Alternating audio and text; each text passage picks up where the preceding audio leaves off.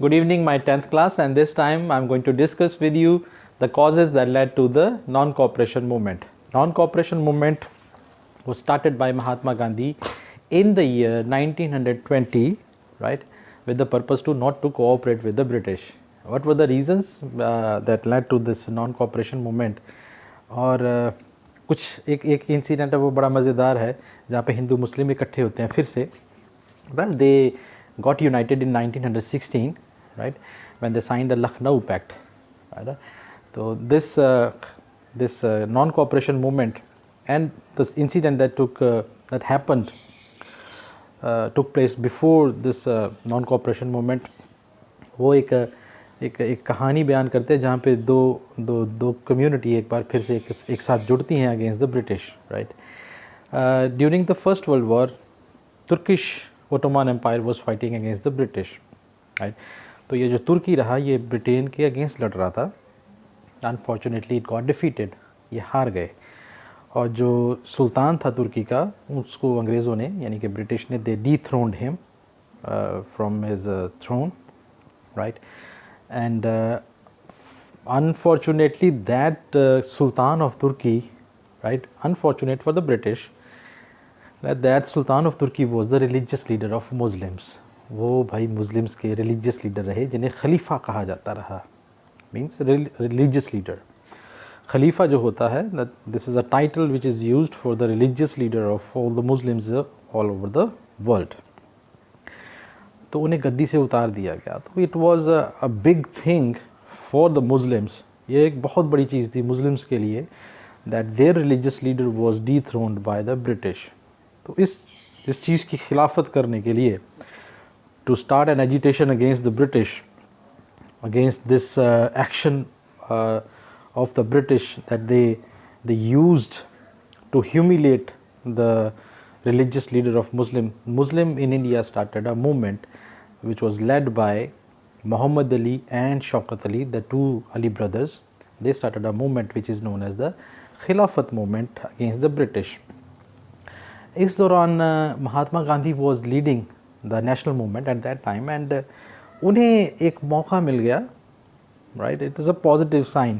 अगर मैं मौका मिल गया कह रहा हूँ तो it is not a मतलब it is not a sarcastic way to tell you. उन्हें एक जैसे ना एक हिंट मिल गया कि now is the time to unite again with the Muslim people. तो हिंदू और मुस्लिम्स को इकट्ठे करने का ये मौका है. तो he decided to take part in the Khilafat movement on the side of the Muslim against the British. तो उन्होंने मुस्लिम्स का साथ दिया खिलाफत मूवमेंट के दौरान. और लेटर ऑन जो खिलाफत मूवमेंट कमेटी रही उसे मना लिया गया या उसे कह लो कि अपनी तरफ कर लिया गया when Indian National Congress decided to start a non cooperation movement.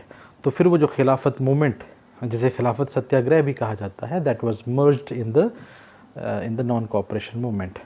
Right, तो ये सारा सिलसिला है कि खिलाफत मूवमेंट का और ये नॉन कोऑपरेशन मूवमेंट की तरफ कैसे लेके जाता है. बेसिकली एक चीज़ निकल के सामने आती है the positive thing that is the Hindu Muslim unity. और ये एक बढ़िया चीज़ है. That is the biggest thing at that time. There are few more things that I want to discuss with you like 3 points formula which Khilafatists give. First one is Ottoman Caliph should retain his empire. These are the demands of the Ali brothers or the जिन्होंने खिलाफत movement, those who started खिलाफत movement. First one, that the Caliph or Khalifa should retain his empire.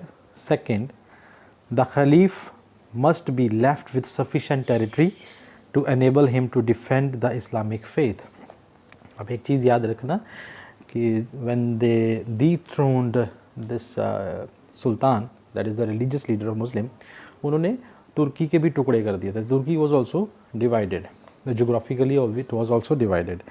The Arab lands, that is Arabia, Syria, Iraq, Palestine, these are the names of the countries, must remain under the Muslim rule. Khilafat Day was observed on October 17, 1919. ये तो रही जो demand उन्होंने की. Right, लेकिन जो हमारे लिए एक पॉजिटिव साइन निकल के आया था वो ये था कि Mahatma Gandhi was elected as the president of All India Khilafat Conference in November 1919, he advised the Khilafat Committee to adopt a policy of non-cooperation with the government.